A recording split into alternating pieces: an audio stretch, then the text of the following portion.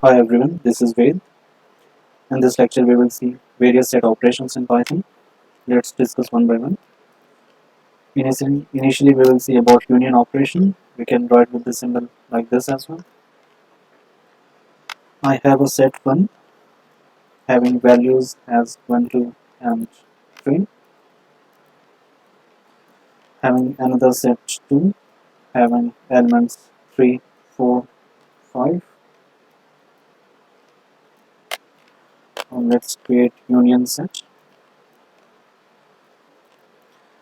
We can write like this: set 1 dot union set 2,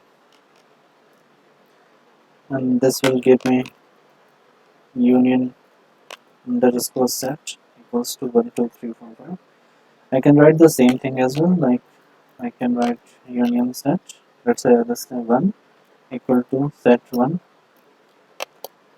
this symbol along with set 2, and union underscore set 1. Here we see the same result. One point that you can observe is that union tells about all the elements, collection of all the elements in these two sets, that is set 1 and set 2. So it should be, there are 3 elements in set 1 and 3 elements in set 2, so it should be 6 elements in union set, but it is showing us only 5 elements because it is the property of set to remove duplicates, to eliminate duplicates from the given data. Let me show you. Let us suppose I have a set 3 having elements 1, 2, 2, 3, 4, 4, and if I print this set, you can see all the only unique values are printed, all the duplicates has been removed. So this is the property of set, that's why we get this. Let's get on to the second operation, that is intersection. We can represent this symbol as well. Again, we are operating on the same set 1 and set 2 variables. So I can write intersection set equal to set 1 dot intersection set 2. Now if I print intersection set, we see 3. Intersection tells about the common values present in the set 1 and set 2. Here we see that set 1 and set 2 have only one element that is common, and it is 3, so that's why it prints only 3. There is one more way to write this, that is intersection underscore set 1, if I say that, and set 1 and set 2. If I print intersection set 1, it again gives me 3. Now the next operation is difference, that we can use this subtraction symbol as well. Here I am writing difference set equals to set 1 dot difference set 2, and now if I print difference set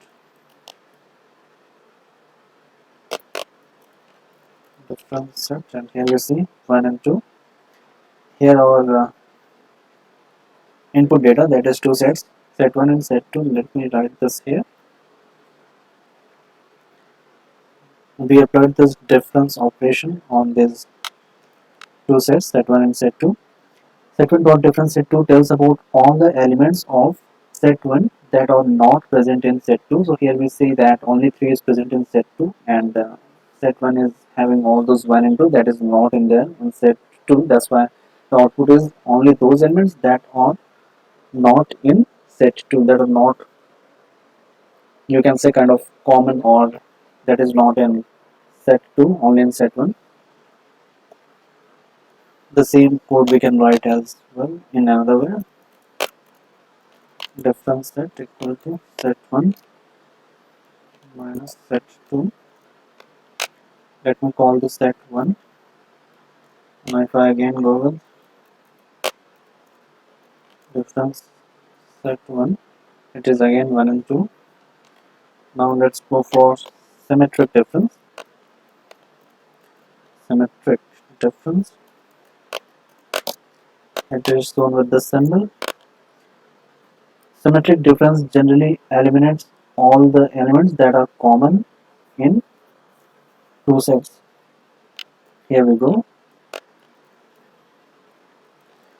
Symmetric difference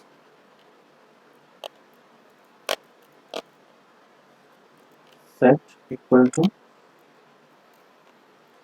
set 1 dot symmetric difference set 2, and if I print symmetric difference set, here you see 3 is eliminated because 3 is common in these two sets. The same thing we can write as symmetric difference set 1 equal to set 1 this number along with set 2, and if I print symmetric difference set 1, again we see the same result. Now we can come on to another operation, that is subset, that we can write as this. Again subset set equal to set 1 dot its subset of set 2. If I print subset set,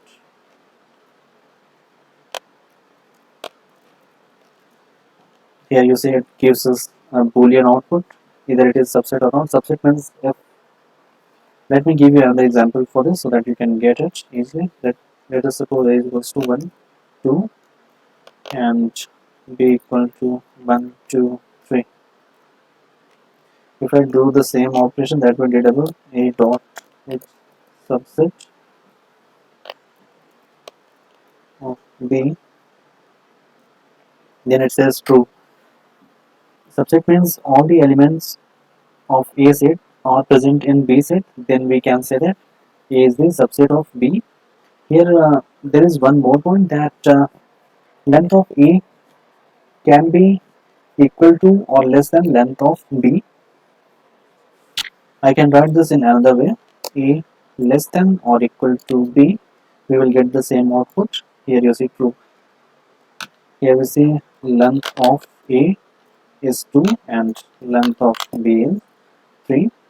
So length of A can be less than or equal to 3. Then if this condition holds, then we can say that given set A is the subset of B. Then we have one more operation, that is a proper subset, given with this symbol. Then in this scenario I can write A is less than B, this symbol, and it will say true. Here in this scenario I cannot write that length of A can be equal to B, because in this scenario all the elements of A should be in set B along with one more additional element, means length of A should always be less than length of B, only then we can call it a proper subset, else we cannot. Let me give you an example. If I just add one more element in A, that is 3, and now you can see the result will be false, here you see. And if I just remove it again, means length of A is less than length of B, in this scenario it is true, again showing up the same thing. If length of A is equal to length of B, then it will not be a proper subset. Let's get on to superset, represented by this symbol. Here it again, same thing. If I have a set 1 2 3 and another set 1 2, then I can write as a superset set equal to C dot is superset of B, means length of, here we have taken C, so it will be D. And if I print superset underscore set, you see that true, means C is the superset of D.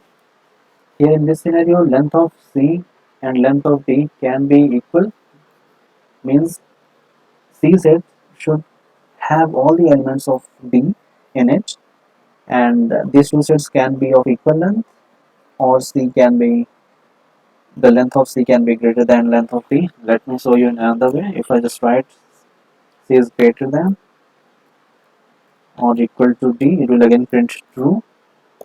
Now the last operation is proper superset, that we represent with this symbol. Here I will use the same code over here, same variables C and D. If I just write C is greater than D, it will print true, means here in this scenario, as we discussed in proper subset condition, here length of set C should always be greater than length of set D. If I change this result, let me copy it here and paste it here. Here you see that if I just increase one more element in D, means length of C is equal to length of D, then it will show us false result. So these are all the operations that we generally use in sets. If you have any questions, you can comment below, and if this content is helpful to you, you can like, subscribe and press the bell button so that you can keep having all the notifications. Catch you in next video. Thanks. Bye bye.